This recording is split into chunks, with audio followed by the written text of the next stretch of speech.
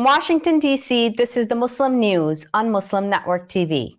Assalamu alaikum, I'm Hena Zuberi. Our top story tonight, the Taliban announce general amnesty. The Taliban moved Tuesday to quickly jumpstart the Afghan capital, Kabul, following their stunning takeover of Afghanistan in less than 1 month.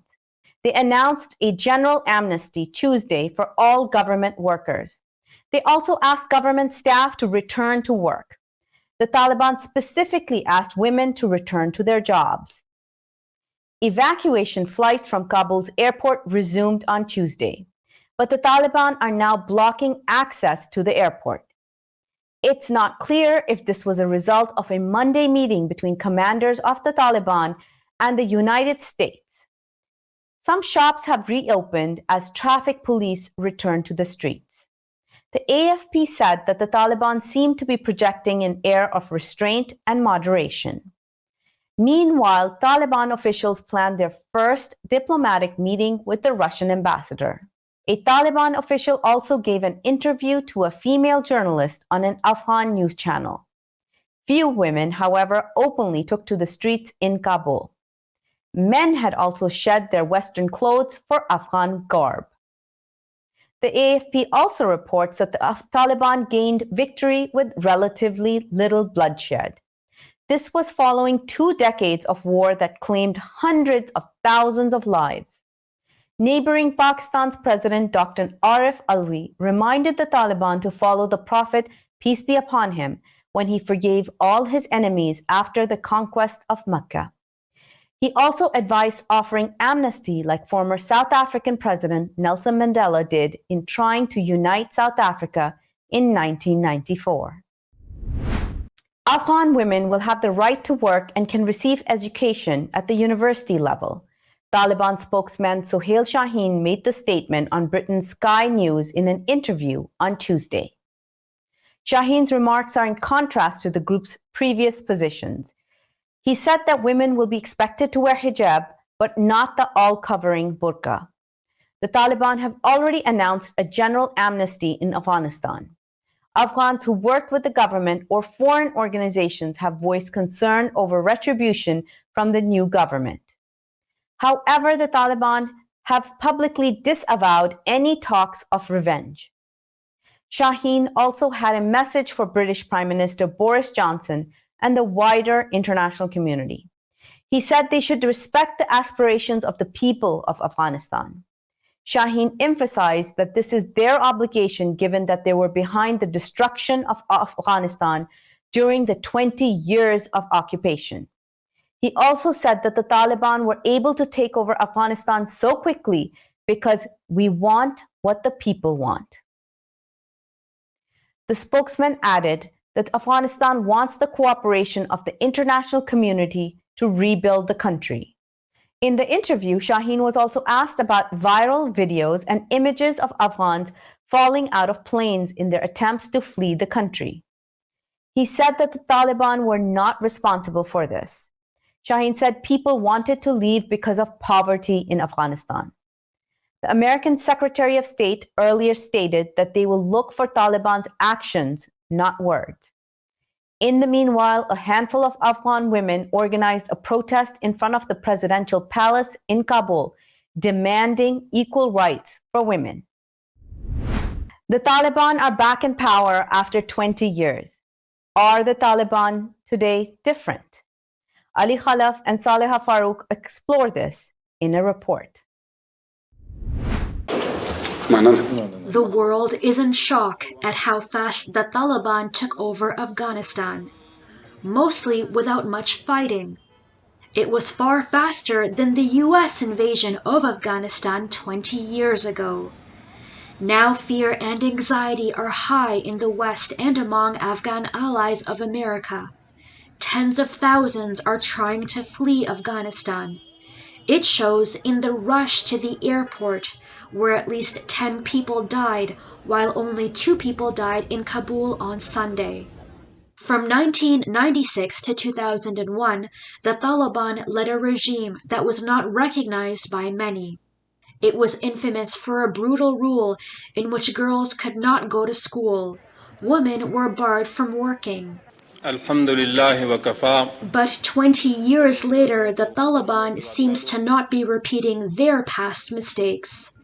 They announced a general amnesty for government workers, and they asked all government staff, including women, to return to work. Although schools and universities remained closed in Kabul, this girls' school in Herat opened its doors to the girls to pursue their education. We're happy that our schools have started and we can continue our studies. And we hope the Taliban not to obstruct our progress, so we can help our nation develop like other countries. The school's principal says, "Thank God we, the school, are open, but girls have to adhere to the Islamic hijab."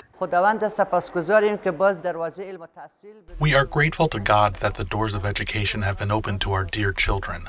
And since the schools opened yesterday, our dear students are attending their classes in large numbers while adhering to the Islamic hijab. Exams are continuing. Our teachers are very satisfied. Our teachers, students, and administrative staff are all entirely present while adhering to the Islamic hijab. However, Afghans are reacting cautiously. A few women took to the streets. Men are changing into Afghan salwar kameez instead of Western clothing. An Afghan political analyst who spoke with ABC argues that the Taliban had changed drastically due to globalization and the experience they had gained. He says in the past the Taliban fighters were just simple students from the madrasas. But within the last 20 years, they learned how to negotiate and cooperate with international allies while still being conservative. French President Emmanuel Macron met with backlash on Tuesday over his call for Europe to protect itself from Afghan refugees. Several left-wing politicians and elected officials expressed shame and shock upon hearing Macron's speech on Monday. European Parliament member Yannick Jadot tweeted that he was shocked to hear Macron declare that the women, men, and children fleeing Taliban hell are first a threat. Shortly after his speech, social media comments came pouring in with the hashtag Emmanuel Le Pen. This was meant to compare his statements with far-right leader Marine Le Pen, known for her anti-immigrant views. Le Pen had made similar comments about immigrants in the past. Non-governmental organizations working with refugees pointed out the reality of Afghan asylum seekers living on the streets in Paris. They are subjected to police harassment and violence. Afghans are the top asylum seekers in France, with an average annual estimate of 10,000 applications. However, their requests are also most rejected, with just 400 to 500 people securing refugee status annually. Malaysian Prime Minister Muhyiddin Yassin has resigned. He leaves office as the country's shortest-serving leader. He resigned on Monday after months of bitter infighting in his coalition and with public anger growing over a worsening coronavirus outbreak. Yassin took office after the collapse of a reformist alliance that had swept to power at landmark polls in 2018. Yassin outmaneuvered charismatic rivals Mahathir Mohamad and Anwar Ibrahim. Yassin, who was also appointed by the king and not elected, was also accused of lacking legitimacy. Anwar Ibrahim is amongst the candidates trying to form a new government. He has 88 members of parliament in his support, but he needs at least 112 members to back him to become prime minister. The Israeli military killed 4 Palestinians on Monday at Jenin refugee camp in occupied West Bank. They were amongst those protesting a wildcat Jewish settlement. Wildcat settlements are those that have been built on Palestinian land without government permission. The Israel Border Police, which controls the West Bank, said they were fired upon. Palestinian protests and resistance have been frequent in Jenin and flashpoint West Bank town of Beita since May. It was sparked by the arrival of dozens of Israeli settlers who began constructing the wildcat settlement of Aviatar. The Palestinian Health Ministry said Israeli forces had also taken the bodies of 2 other Palestinians. The Israeli side confirmed it was holding the bodies of 2 Palestinians. Palestinian presidency condemned a heinous crime and held the Jewish state responsible for the escalation and its repercussions. The inhabitants of Beita have held a number of demonstrations in recent weeks against the Israeli occupation and the settlement expansion. This has triggered violent confrontations in which the Israeli military has killed several Palestinians and left hundreds more injured. Israel occupied the West Bank during the 1967 Six-Day War. All Jewish settlements there are considered illegal by most of the international community. Almost 500,000 people live in illegal Israeli settlements in the West Bank, alongside 2.8 million Palestinians. In related news, a research report claims that Palestinians are 6,600% more likely to be victims of gun violence than Jewish men. In related news, a research report claims that Palestinians are 3,600% more likely to be victims of gun violence than Jewish men. As India celebrated its 75th Independence Day on Sunday, Kashmiris in Indian-held Kashmir observed a strike to protest the occupation. While the Indian-controlled government held functions at heavily guarded venues to celebrate the day, shops and businesses remained shut. Very few private vehicles could be seen on the roads. 91-year-old Kashmiri independence leader Sayyid Ali Gilani had called for a day of strikes. In an August 13 statement, Gilani said that a nation which deprives others of freedom loses every right to celebrate its freedom. Gilani has spent most of the past decade under detention at his home. Kashmir, a Muslim-majority Himalayan region, is held by India and Pakistan in parts and claimed by both in full. Some Kashmiri groups in Jammu and Kashmir have been fighting against Indian rule for independence or for unification with neighboring Pakistan. All want the right to self-determination. Meanwhile, in Pakistan-administered Azad Kashmir elected its new president, Sultan Mahmood Chaudhry, on Tuesday. He will succeed Sardar Masood Khan, whose 5-year term will end on August 24th. Saturday's devastating earthquake in Haiti has left over 1,000 people dead and more than 6,900 injured. That toll is expected to rise in the coming days. Around 1.2 million Haitians have been affected by the 7.2 magnitude earthquake, which struck southwestern Haiti. Mexican and Colombian aid arrives in Haiti today. New Zealand has imposed a snap 3-day lockdown on the entire country. This was after identifying a single case of locally transmitted COVID-19, which is suspected to be the virus's Delta variant. Prior to this, the island nation had not recorded any infections for 6 months. Prime Minister Jacinda Ardern said New Zealand could not take any chances with the game-changer Delta strain. Delta has been called a game changer, and it is. It means we need to again go hard and early to stop the spread. We have seen what can happen elsewhere if we fail to get on top of it. We only get one chance. COVID's Delta strain originated in India. It is currently the dominant variant in the United States. The U.S. is averaging over 140,000 cases today, with 700 deaths daily. Coming up next after the break is our in-depth analysis segment, so stay tuned and we'll be right back after these messages.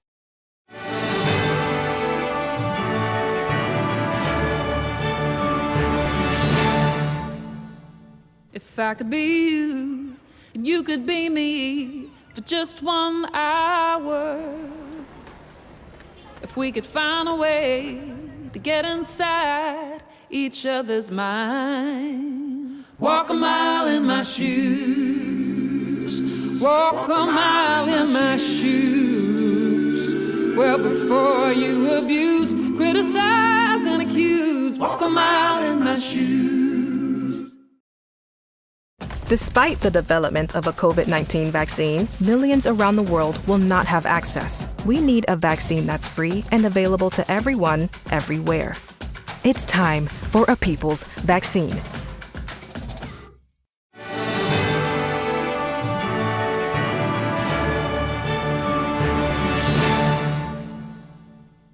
Welcome back. Continuing our coverage of the Afghanistan situation, we're going to discuss President Biden's statement and the U.S. withdrawal. Our guest today is Danny Jerson. He's a retired major from the U.S. Army, an author, a speaker, podcaster, and activist. So Danny, thank you so much for being with us today. Thank you for having me. I wanted to ask you, do you agree with the way the U.S. troops withdrew from Afghanistan? President Biden framed his options as binary. He either said it's either the current situation spurred by President Trump's deadline or a forever war. Well, I certainly have long supported withdrawal from Afghanistan. Frankly, I think in many ways, the real story is how we got here, not necessarily how we got out. However, in the realities, right, the world as it is, this was messy, okay? Saying that doesn't mean that I think that President Biden should have necessarily left a residual force. I think that delays the inevitable at best. I do think that we have to think long and hard about how we get out when we go back in, right? Or if we maintain a force, the viability of the Afghan government in Kabul. I think a lot of that was exposed, and I think that a lot of what happened wasn't just an American failure. All that being said, I woke up to emails and Facebook messages and texts from interpreters who worked for me, in Kandahar the day Kandahar fell, which was a few days before. And so I'm very cognizant of the Afghan cost, of our responsibilities. We bet big, we lost big. And unfortunately, some of the unconsulted co-signers of that big bet, of that gamble, of that loan that we put on the taxpayer credit card were Afghans. So clearly, the prognosis that was given by most of the Biden administration officials and most of the top generals looks pretty rosy now. And so it does seem that despite what the president said, that some of the contingency planning probably could have been better. What I'm afraid of is that that critique gets used to say we should have stayed much longer. I do see the decision ultimately as binary, but that doesn't mean that at the margins things couldn't have been done or we couldn't have forecast some of this. But then again, war and evacuations and the momentum, that's complicated stuff, and it is difficult to predict. So that's not a pure defense of Biden. However, I'm glad that he has finally decided not to hand that war over, like he said, to his successor, like so many presidents have done. So what about these American allies, the interpreters, people who work for the government? How will the U.S. make sure that they're safe? Let's just talk about the scene at the airport. That was devastating. It certainly was. It turned my stomach from Kansas. And I am not in Afghanistan, and I'm not an Afghan. And even if I was in Afghanistan, I would have a visa, right? I would have a passport. I would have a way out. It would always be temporary. I'm very cognizant of that. I think the short answer to your question is they won't. The United States won't ultimately be able to, had not forecasted ahead of time, did not start planning ahead of time to make the priority the interpreters, the people who work with us in various civil society or governmental organizations. That is a crime in many ways. I mean, the United States of America's foreign policy has a lot in common with The Great Gatsby. The famous novel where F. Scott Fitzgerald says at the end, he kind of indicts these like wealthy class of people. He says that they were careless people. They went around and they hurt people and they broke things. And then they retreated into their carelessness and expected someone else to pick up the mess. In many ways, that's the definition of the United States foreign policy over the last decades, if not longer. But the problem is that that mess that's left behind, the detritus, is a human detritus, a loving and loved human detritus. And so I do think that that's an enormous problem. But we're not going to be able to, because you have to be able to get to Kabul, just to keep it short. Like, my interpreters were in Kandahar. That's a long drive on a tough road. Where are we going to get folks out of? And now that the embassy closes and now that there's an evacuation, it was always going to be a long shot. For example, for the interpreters I'm still working with right now, working on their packets, doing what I can, making calls, which is nothing, right? I'm doing nothing, essentially. I'm trying. There's no place to go. We have a bureaucratic process for things like visas that ignore the human element, and we elevate and exaggerate the risk of a terrorist, quote unquote, getting through. We should learn something from this as we close down, hopefully, some of the other theaters of our forever wars. But I fear we won't. President, but let's go back to President Biden's statement. He also said that our mission in Afghanistan was never supposed to be nation building. It was never supposed to be creating a unified democracy. So what was the mission? Why was the U.S. there for 20 years? Well, the mission kept changing. In many ways, I don't think the United States ever truly decided what it wanted to be doing in Afghanistan, what it should be doing in Afghanistan, and what could be done in Afghanistan. In the beginning, it was, if we're going to be honest, this was not about human rights or women's rights from the start. In one sense, President Biden's right about that. If it had truly been motivated by that, then when there were mass executions in 1998, 1999, 2000, when women were being, buried alive or stoned to death, then the United States would have said, we better get in there and stop these Taliban monsters. But that wasn't really on the table. We didn't really care at the time. So then after the counter-terror mission was, well, we said complete, but not really, because we left the back door open and allowed Osama bin Laden to escape to Pakistan and did nothing about the safe havens there. There was a vague movement towards this nation building. There was an optimism that comes with victory. In the heady days of an early victory, especially a quick victory, there's this push towards like an optimism that we can do anything. And Americans are particularly prone to this with our exceptionalism. But then we never really invested in that nation building project as much as maybe we would have, partly because initially we wanted to write small checks under the Bush administration. And then when we changed our minds, we were so dug into Iraq, which became problematic and a much more grandiose insurgency early on, that we never really got the attention deserved. And then we shift to counterterror mixed with advise and assist to help the Kabul government to sort of survive. We kept changing missions. We never resourced them correctly. And even if we had, I think it is a very, very grandiose and delusional thing indeed to believe that foreign military occupation forces can alter societies in meaningful ways in the meaningful long term. But Biden is not being completely genuine when he says that, because yes, that may not have been the original mission, but at times throughout the war, if you listen to the generals, if you listen to the politicians, we did basically say we were nation building. We just didn't call it that, but we did transition into a nation building project. I think that was a mistake. The problem is once we committed to it, we had a lot of Afghans committed to us, and those Afghans are suffering now. And I don't take that cost lightly, despite being in favor of an ultimately withdrawal. Now, you say this is a time for self-reflection and humility, and you've been in the field yourself. Can you share with us what are some of the thoughts that are racing through your mind? It's, it feels obtuse to complain or say how much I've been affected by some of this when so many people on the ground are suffering. But I can say that it's not just me. My phone has been blowing up, including today, with messages from friends, from soldiers who worked with me, from superiors, some people I haven't heard from in years, for the last 48 hours. And I'm not the only one, checking on each other. How are you doing with this? What are your thoughts? People are worried about each other's mental health. I mean, we spent 20 years over there. About 1 million Americans served over there. 2,400 were killed, but how many were wounded? 20,000. How many are bearing the emotional scars? Hundreds of thousands.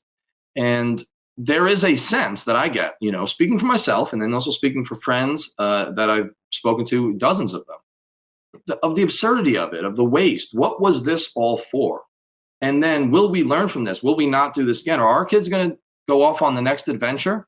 Maybe it won't be Afghanistan. It'll probably be somewhere else that's far flung and somewhat tangential to our security. And then what we do is we create this mess and we break things. And then we kind of go when we finally decide to go.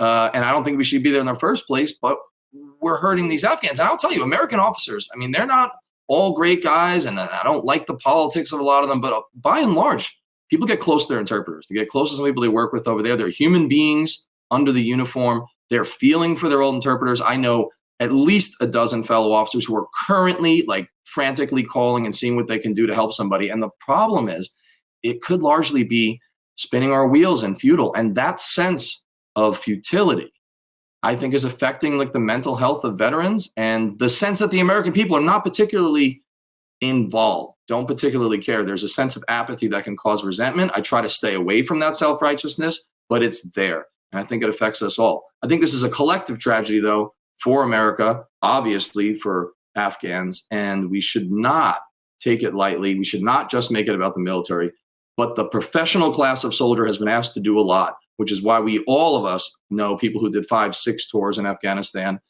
People have spent more years there than with their wives and kids in some cases. I know colonels who that is true for and sergeants that is true for. So the American people may not have been fully engaged, but this is still a collective American disaster and a time for a collective American self-reckoning and self-reflection so that this doesn't happen again. So do you think this is good for the anti-war movement, this withdrawal, the way it happened? Is this a case study that they can, because the American anti-war movement has been it's slowed down. It's not there where it was when hundreds and thousands of people were on the streets protesting against these wars. You're the first to ask me that question, and I'm glad you did.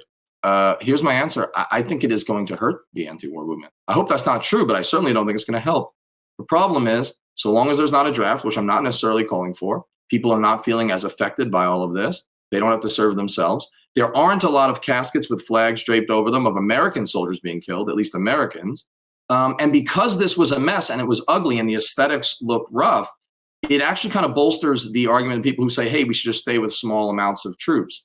And so I think that there are problems with the way this went down tactically, right? So in terms of like the movement stuff for the anti-war movement, I don't pretend to speak for the anti-war movement to the extent that it's a monolith, but I have real fears that this is actually going to be a negative for the anti-militarism, anti-imperial movement, which is broader than any singular war like Afghanistan. I have two quick questions. Before President Biden spoke, the Senate Intelligence Committee Chairman, Mark Warner, said that he demanded to know why weren't we better prepared for a worst case scenario involving such a swift and total collapse of the Afghan government and security forces. Who is he asking? He's the Senate Intelligence Committee Chairman. Who is he asking? Sometimes it feels like no one, or everyone. Where does the buck stop, right? I mean, some of these hearings have a show element to them, like a theatrical part. And part of the reason I say that is no one's really held accountable. You can ask tough questions and grandstand, and maybe he's not just grandstanding. He may well feel what he's saying. But in many cases, because we don't hold generals accountable, we don't hold politicians accountable. The generals who lost the Iraq War and the politicians and the pundits and the think tankers who crafted, say, the Iraq War, right, which is the great disaster. I mean, in many ways, more of like an illegal insertion than, say, what we did in Afghanistan. They're all pundits on TV today, and they're all working for the war industry or strategic consultancy firms. Even David Petraeus, right?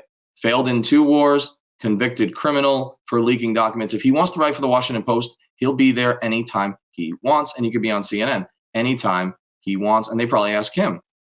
So I don't really know. And the problem is, President Biden did say, the buck stops with me. This was my decision. But then there's a lot of shifting of blame onto like the Afghan forces as if like they were cowardly. And I don't think that's fair. Afghans are tried and true warriors in many cases. But they're also neither suicidal nor stupid, right? They see the way the wind is blowing, and these things take on a psychological and morale element. And I believe that the Taliban offensive, part of the reason it was so swift is that it took on an inertia of its own, like a tidal wave. So I don't really know who he's asking there. Everyone tends to shift blame either directly or they hint that it's really not their fault, even if they say it is. I think the truth is that the blame for this falls on a whole lot of people, but primarily on the Washington establishment foreign policy elite that have been wrong at every turn for 20 years and have not lost their seat at the table and at the top, the head of the table. One final question before we let you go. What is the role of the Secretary of State in this debacle? Do you think President Biden should clean house? Well, the Secretary of State has really become a position that is below, in a sense. It's not supposed to be this way, by the way, below like the Secretary of Defense or the chairmen of the Joint Chiefs. We've so militarized our foreign policy that really that is kind of where decisions are made in many cases. The embassy, the ambassador tends to have less power because he has less resources than the military commanders, the theater commanders, like AFRICOM or CENTCOM. I don't know whether Secretary Blinken should go. I'm not particularly a fan of most of his policies over the years, so I didn't really want to see him come in, or his war industry connections, right, or his strategic consultancy connections. I mean, this is a guy who's been tied into the military-industrial complex. I don't know that the Secretary of State could have stopped this per se, but there were enough problems with the forecasting that it raises serious questions about who's really in charge of evacuation missions, who's really in charge of forecasting these things. Was the Pentagon working well with the diplomatic side, or did the Pentagon start to feel after 20 years that it's in charge of everything in a country until something goes wrong, and then we can say, actually, the State Department should have been better prepared. But when we fund the State Department at a fraction of what we fund the Pentagon, when we put so much less into diplomacy, which stops wars, and so much more money into the Pentagon, which starts them, right, or fights them, or gets ready for them in wars we don't need to fight, we have to ask real questions about the balance there. General Mattis once said, and I'll finish with this, that at one time when he was serving, there were more members of military bands than there were foreign service officers. If that wasn't 100% correct, it was close at the time. And I think that raises serious questions. So while I'm not necessarily a fan of the policies of Blinken, and I think that we should really look hard at this evacuation and the way it was forecasted, what we really need is a rebalance in the world towards the diplomatic side. And that should be funding, that should be culture, and that should be emphasis. Thank you so much for your time and your analysis. Thank you for having me. Before we move on to our next analysis segment, we're going to take a quick break. We'll see you right after these messages.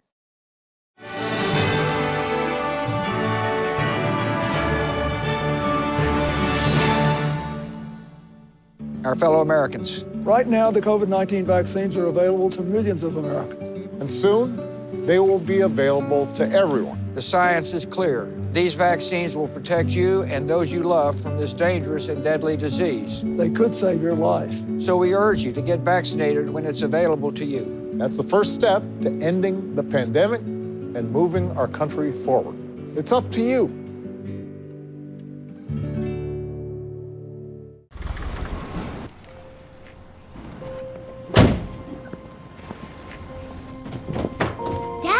They took over my bedroom. Come on, come on. Okay, Dad. 1, 2, 3.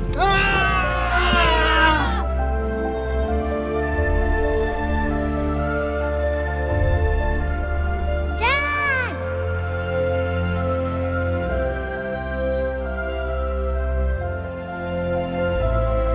You saved me. Dad? Are you okay? I'm fine, dear.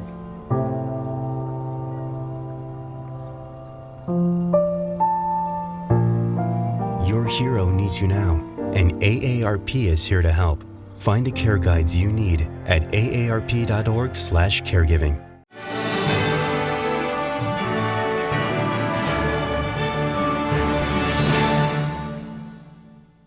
Welcome back. To further discuss the current situation in Afghanistan and how the Taliban are going to move forward, let's go to Imam Abdul Malik Mujahid for a detailed analysis. Over to you, Imam Mujahid. Thank you, Hena. Situation in Afghanistan, especially in Kabul, seems to be better in the sense that we are not hearing much violence except whatever happened, unfortunately, at the airport.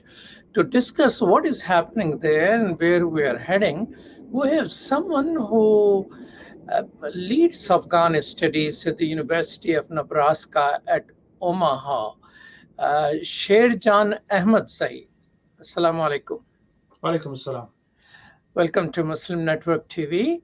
Shirjan Ahmadzai is director of the Center for Afghanistan Studies at the University of Nebraska, and he has served in many positions in Afghanistan presidency, and last service was director presidential schedules at the office of the president of Afghanistan at the time of Hamid Karzai. Tell us, what are you hearing? I mean, you must be in contact with what's happening in Afghanistan directly with people in Kabul. Thank you very much for having me. I'm glad to talk to you about the unfolding situation in Afghanistan. Unfortunately, Afghanistan is going into another uncertain transition from one administration to another. And the Afghans are frightened, scared, and disappointed at many people and angry at many people and international partners, especially the United States and others in the West, for what has been happening. The transition that is happening right now could have been with more certainty, more peaceful, rather than more fear and uncertainty.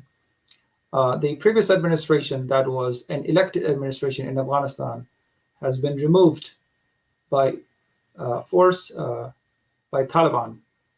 The same Taliban the United States went after 20 years ago, who were removed by force. And they had come to govern Afghanistan also by force in 1996. So going back to the sequences of them coming to power by force in 1996 to 2001, and when they were toppled down after 9/11 attacks. And now again, this month, 48 hours ago, they captured Kabul city with, unfortunately, very much of political uncertainty, because Afghanistan right now doesn't have any president, any leader to lead it. So it's a vacuum of leadership, and different political leaders are trying to come up with a solution, how it could be our next administration in Afghanistan. President Ashraf Ghani left the country, but former President Hamid Karzai announced in a Facebook that he, Abdullah, as well as Gulbuddin Hikmatyar are going to keep an eye on the transition. How that transition is going, and what is their legitimacy, and or do they have any influence? I doubt they will have a huge influence in the transition and how the transition should shape, how the next administration should shape, because there is no stronger opposition to the Taliban to tell them not to. Now the Taliban control almost 95%, 97% of the country, except one province. So I don't know if Taliban will take their advice into account, and I hope they do take their advice into account. It's up to the Taliban to understand that repeating the mistakes of the past when they were in power the last time would push Afghanistan into another dark era of poverty, destruction, dismay, and stress, and that should be avoided. Mind you, that the last 20 years in Afghanistan, we have a new generation which is technologically savvy, which knows world better, which is enjoying freedom of speech, just like we are enjoying freedom of speech here in the United States, which had the right to elect leaders, just like we enjoy here in the United States and in the West to elect our leaders. So those people, that young generation, is introduced to different sets of values, universal values that any human being is rightfully have to have enjoy those values wherever they are. The Afghans had chances to elect their leaders. They went and elected their leaders. Those values are still very strong in their memories. Now, this new power transfer, whatever and however it happened, was not pleasant at all. There is a vacuum. The Afghan security forces shattered. Nobody knows what's going to happen after the international community, not just the West. There were a lot of Muslim countries involved in rebuilding Afghanistan. Billions of dollars were spent to build the army and to build the infrastructure. Now, it's a big question how the next administration will deal with all what is out there, with all the achievements, if they should be preserved or not. The national values are supposed to be preserved in law. The flag you see on my right shoulder, top of my right shoulder, that is the national flag of Afghanistan for centuries, not just 1 year or 2 years or 20 years. Those values, the Afghan love very much, and those should be upheld by the next administration in Afghanistan. Why former President Hamid Karzai decided to stay while so many people are leaving? Does he have more confidence or communication with Taliban to treat him well? He might have had a calculation about his security and his well-being. That's why he stayed. I'm not going to speculate on what really went into his mind because I'm not with him right now. But I'm sure he must have some assurances from Taliban leadership. And plus, he's a nationalist leader. He wanted to stay in Afghanistan, and he did. He did not go outside Afghanistan. He's still there. On top, he's not the president right now. So he was not responsible for running the country, unlike Ashraf Ghani, Dr. President Ashraf Ghani, who had he could have faced anything in these uncertain times. He could have been killed just like President Najibullah was killed in 1996 when Taliban took control. So those in uncertain environments, unfortunately, uncertain things, unexpected things happen. So he might have some assurances from Taliban that he will not be harmed. Now, Taliban are announcing here and there, everywhere, through Twitters, through interviews, that they have granted general amnesty to all people. Another announcement came out, actually in an interview, one of the spokespersons, Suhail, to a London television, Sky TV, that women will have full right to education up to university level, and they can hold jobs as long as they abide by their rules of hijab. And he took pain of explaining hijab does not mean they have to cover their face. Are they changed as compared to 25 years ago? Or these are just statements because the US Secretary of State says we are not going to look for words, we will look for actions. Now, as a scholar, do you believe that there is some change in Taliban as compared to 25 years ago? Because AFP released a news today in which they are showing in Herat, girls are going to school. Now, although Taliban always deny, but fact of the matter is that 25 years ago, they were involved in the destruction and banning of a school, except maybe in some rural areas. But last December, they signed a contract with UNICEF that in 8,000 schools which are under the control of Taliban, they will allow them to provide education to girls' schools. So there seems to be some movement besides their words. What is your reading? It is yet to be seen what Taliban preach and what they do.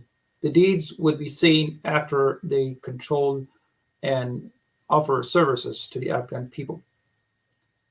You're right, when they were ruling in the 90s, nothing of what they promised or what they preach right now were practiced.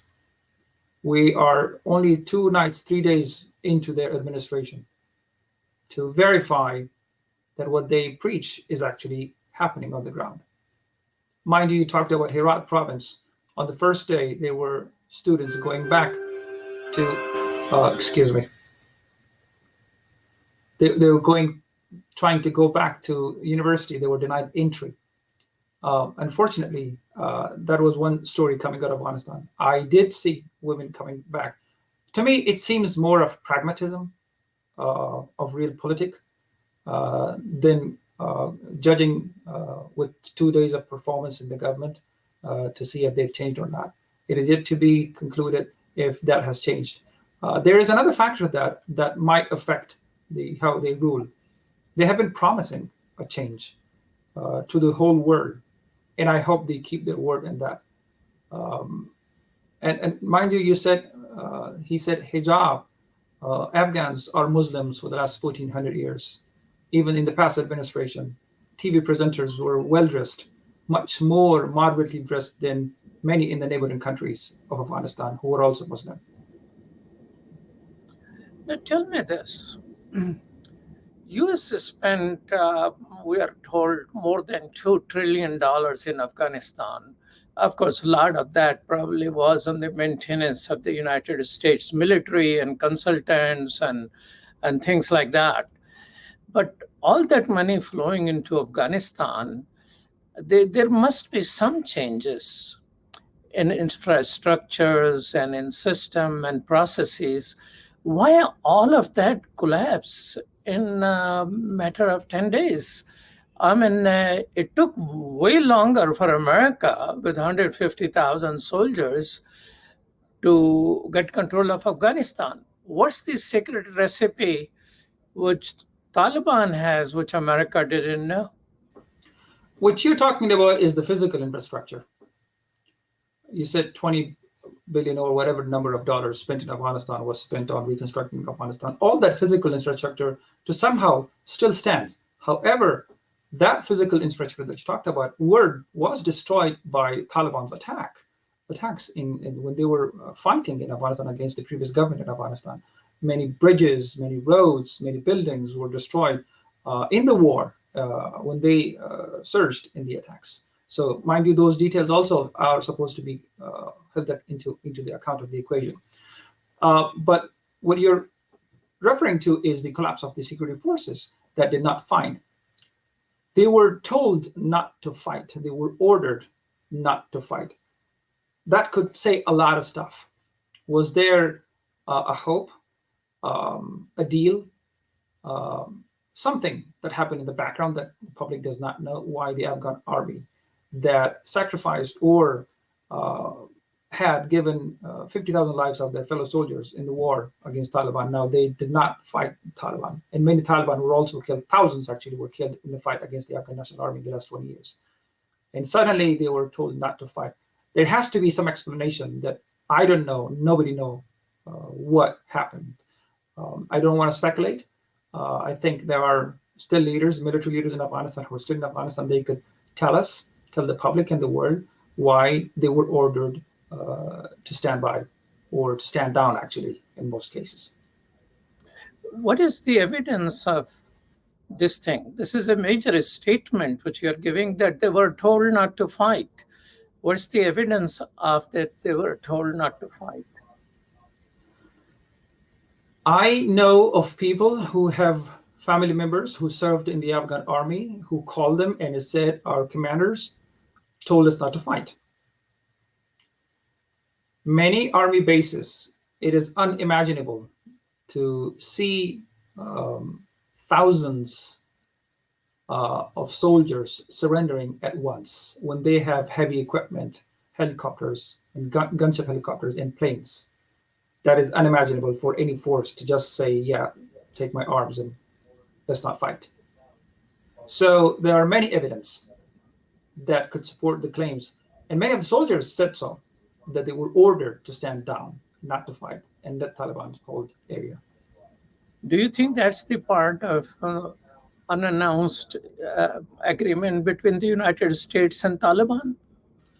I don't know. I cannot speculate on that because I'm not privy to the details of between the deal between the United States and Taliban. However, I can comment that the deal between Taliban and Afghanistan was not a good deal because it did not provide a route for permanent peace where such a difficult transition that happened could have been avoided. The deal with Taliban was just a withdrawal deal, which happened. The United States withdrew from Afghanistan. It demoralized the Afghan state that was there before, the Afghan government that was there before. It demoralized the Afghan army that was there before. And maybe those are some of the reasons why the commanders told their armies not to fight. Shehjan Ahmed Saeed, thank you so much for your time. But tell me this, the last thing. Is your family members in Kabul and around, they're safe and doing good? Fortunately, they are safe. They are not harmed. My friends, family, relatives, and the people that I know, some of them had to be evacuated. some of the people that I know did not feel secure enough in Kabul under Taliban administration. For whatever reason, I'm not going to go into that because there were some concerns and anxieties that were supported by the harsh memories of the first rule of Taliban. Nobody knew what would happen if they stayed. So it was better for them to go out than be facing an uncertain future. The others are doing well so far, and they are staying inside, not venturing out. I was talking to a friend of mine who used to work in the government. Taliban came to his house asking for him. So he was worried. I think that is not the only one person. There are many people in the previous administration whose doors were knocked and they were asking for them if they were in the house. Well, thank you so much, Ahmed Zaisa. Thank you very much. Back to you, Hena. Thank you so much. That's all from our Washington studios tonight. Thank you for tuning in. You can find previous episodes and more on our YouTube or Facebook. For more content, keep watching Muslim Network TV or visit muslimnetwork.tv. Assalamu alaikum and good night.